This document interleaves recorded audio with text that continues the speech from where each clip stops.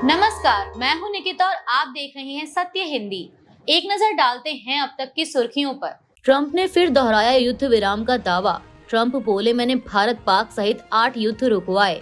Trump ने खुद को इतिहास में नोबेल शांति पुरस्कार का सबसे बड़ा दावेदार बताया। अमेरिका के राष्ट्रपति डोनाल्ड ट्रंप ने खुद को इतिहास में नोबेल शांति पुरस्कार का सबसे बड़ा दावेदार बताते हुए एक बार फिर दावा किया है कि उन्होंने भारत पाकिस्तान समेत 8 युद्ध रुकवाए हैं। ट्रंप ने कहा कि मैंने 8 युद्ध खत्म कराए हैं, उनमें से कुछ बस शुरू ही होने वाले थे। वैसे भारत और पाकिस्तान के मामले में जहां पहले ही 8 जेट गिराए जा चुके थे, मैंने इसे बिना न्यूक्लियर हथियारों के बहुत जल्द शांत करवा दिया। डोनाल्ड ट्रंप ने खुद को नोबेल शांति पुरस्कार का हकदार भी बताया। उन्होंने कहा कि इतिहास में मेरे अलावा मुझे कोई ऐसा नहीं दिखता जिसे नोबेल शांति पुरस्कार मिलना चाहिए। किसी और ने युद्ध खत्म नहीं कराए हैं। ट्रंप ने कहा कि पाकिस्तान के प्रधानमंत्री ने अमेरिका आकर सार्वजनिक बयान दिया कि राष्ट्रपति ट्रंप ने पाकिस्तान और भारत के 1 करोड़ लोगों की जान बचाई, क्योंकि अगर युद्ध होता तो वह बहुत भयानक होने वाला था। ममता बनर्जी का अमित शाह पर गंभीर आरोप। कोयला तस्करी का पैसा बीजेपी नेताओं के जरिए शाह तक जाता है। ममता बोली, मेरे पास सबूत है, राज खुला तो देश हिल जाएगा। पश्चिम बंगाल की मुख्यमंत्री ममता बनर्जी ने ईडी की छापेमारी के खिलाफ निकाली गई रैली में केंद्रीय गृह मंत्री अमित शाह पर गंभीर आरोप लगाए हैं। ममता ने कहा कि उनके पास पेन ड्राइव है जिनमें कथित कोयला तस्करी घोटाले से जुड़े सबूत हैं। ममता ने चेतावनी दी कि अगर केंद्र की एजेंसियां और सरकार ज्यादा दबाव डालेंगी तो वे सब राज खोल देंगी और पूरा देश दंग रह जाएगा। उन्होंने आरोप लगाया कि कोयला तस्करी का पैसा बीजेपी नेताओं के जरिए अमित शाह तक पहुंचता है। यह पैसा गद्दारों के जरिए जाता है। बीजेपी सांसद जगन्नाथ सरकार डकैत हैं। वह पैसा इकट्ठा करते हैं, फिर गद्दार शुभेंदु अधिकारी के पास जाता है और फिर अमित शाह तक पहुंचता है। ममता का यह बयान ईडी द्वारा टीएमसी की पॉलिटिकल कंसल्टेंसी फर्म आईपैक के ऑफिस और उसके निदेशक प्रतीक जैन के घर पर छापेमारी के बाद आया है। ममता खुद उस समय वहां पहुंची थी और आरोप लगाया था कि ईडी पार्टी के गोपनीय दस्तावेज और डेटा ले जाना चाहती थी। वहीं ईडी ने ममता पर जांच में बाधा डालने का आरोप लगाते हुए हाईकोर्ट का रुख किया, जबकि टीएमसी ने इसे राजनीतिक बदला बताया है। इस पूरे मामले से बंगाल की राजनीति में तनाव और बढ़ गया है और अब मामले की अगली सुनवाई 14 जनवरी को होगी। पश्चिम बंगाल की मुख्यमंत्री ममता बनर्जी ने शुक्रवार को कहा कि वह आईपैक के दफ्तर और इसके प्रमुख प्रतीक जैन के घर पर ईडी की छापेमारी के दौरान टीएमसी की अध्यक्ष के तौर पर वहां गई थी, न कि मुख्यमंत्री के रूप में। उन्होंने कहा कि मौके पर जाकर उन्होंने कोई गलत या अन्याय नहीं किया। ममता ने आरोप लगाया कि ईडी सुबह 6 बजे से तलाशी ले रही थी और वह दोपहर करीब 11:15 बजे वहां पहुंची। इस दौरान कई अहम दस्तावेज चोरी हो गए। इससे पहले ममता बनर्जी ने जादवपुर यूनिवर्सिटी से हाजरा मोड़ तक ईडी की कार्रवाई के विरोध में जुलूस निकाला। ममता ने कहा कि केंद्र सरकार की उपेक्षा, अपमान और लोगों से मताधिकार छीनने की कोशिश के खिलाफ सड़क पर उतरना ही अब एकमात्र रास्ता बचा है। ईडी की कार्रवाई पर आईपैक ने जताई गंभीर चिंता। आईपैक बोला, यह परेशान करने वाली मिसाल कायम करता है। कोयला तस्करी और हवाला केस में ईडी ने की थी छापेमारी। ईडी द्वारा आईपैक प्रमुख प्रतीक जैन के घर और कोलकाता व दिल्ली समेत करीब 10 ठिकानों पर छापेमारी के बाद राजनीतिक विवाद तेज हो गया है।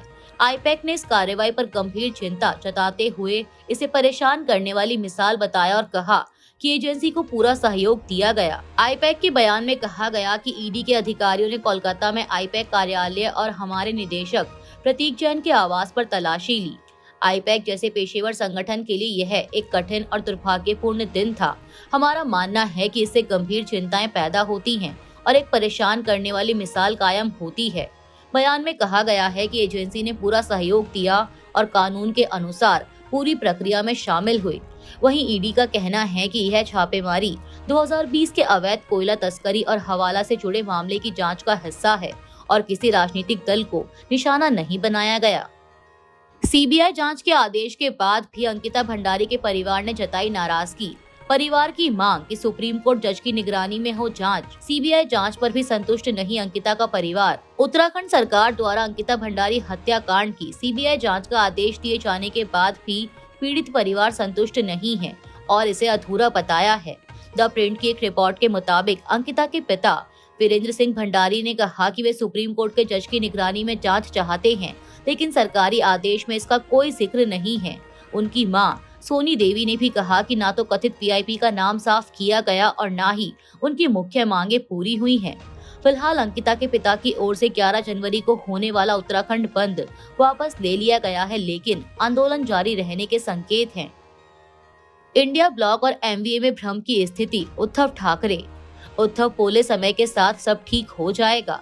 गठबंधन में उलझन, लेकिन टूटेगा नहीं इंडिया ब्लॉक। महाराष्ट्र के पूर्व मुख्यमंत्री और शिवसेना यूबीटी प्रमुख उद्धव ठाकरे ने माना है कि राष्ट्रीय स्तर पर इंडिया ब्लॉक और राज्य में महाविकास अघाड़ी के भीतर भ्रम की स्थिति है, लेकिन उन्होंने उम्मीद जताई कि समय के साथ सब ठीक हो जाएगा। एक इंटरव्यू में उन्होंने कहा कि अनुभव से चीजें सुलझेंगी और गठबंधन बना रहेगा। यह बयान 15 जनवरी को होने वाले नगर निकाय चुनाव से पहले आया है, जहां महाविकास अघाड़ी के सहयोगी अलग अलग रास्ते पर नजर आ रहे हैं। कांग्रेस ने पीएमसी समेत कई निकाय चुनाव अकेले लड़ने का फैसला किया है, जबकि अजीत पवार और शरद पवार के एनसीपी गुट पुणे और पिंपरी चिंचवाड़ में साथ आए हैं। इसके अलावा उद्धव ठाकरे ने ईडी की कार्रवाई पर ममता बनर्जी का समर्थन करते हुए केंद्रीय एजेंसियों के दुरुपयोग का आरोप लगाया और बीजेपी पर भी तीखा हमला बोला। ईरान में 13 दिन से जारी प्रदर्शन पर खामेनेई का हमला। खामेनेई बोले, ट्रंप को खुश करने वाले दंगाई। ट्रंप ने भी दी जोरदार हमले की चेतावनी। ईरान में पिछले 13 दिनों से चल रहे सरकार विरोधी प्रदर्शनों पर सर्वोच्च नेता आयतुल्लाह अली खामेनेई ने कड़ी प्रतिक्रिया दी है। उन्होंने प्रदर्शनकारियों को दंगा करने वाले और बदमाशों का झुंड बताते हुए कहा कि ये लोग अमेरिका के राष्ट्रपति डोनाल्ड ट्रंप को खुश करने की कोशिश कर रहे हैं। खामेनेई ने आरोप लगाया कि प्रदर्शनकारी सरकारी इमारतों को नुकसान पहुंचा रहे हैं। उधर ट्रंप ने इन प्रदर्शनों का समर्थन करते हुए चेतावनी दी है कि अगर प्रदर्शनकारियों को मारा गया तो अमेरिका ईरान पर जोरदार हमला करेगा। ये प्रदर्शन पहले खराब आर्थिक हालात के खिलाफ शुरू हुए थे, लेकिन अब कई जगह इस्लामिक रिपब्लिक को खत्म करने और राजशाही को बहाल करने की मांग उठ रही है। मानवाधिकार संगठनों के मुताबिक हिंसा में अब तक कम से कम 48 प्रदर्शनकारी और 14 सुरक्षाकर्मी मारे गए हैं, जिसके बाद पूरे देश में इंटरनेट सेवा बंद कर दी गई।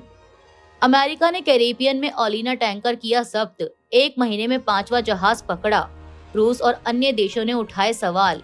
अमेरिकी सेना ने कैरेबियन सागर में एक और तेल टैंकर ओलिना को जब्त कर लिया है। यह कार्रवाई ट्रंप प्रशासन की उस नीति का हिस्सा है जिसके तहत वेनेजुएला से जुड़े प्रतिबंधित जहाजों पर सख्ती की जा रही है। यह 3 दिनों में जब्त किया गया तीसरा और 1 महीने में 5वां टैंकर है। इससे पहले मैरीनेरा और एमटी सोफिया को पकड़ा गया था।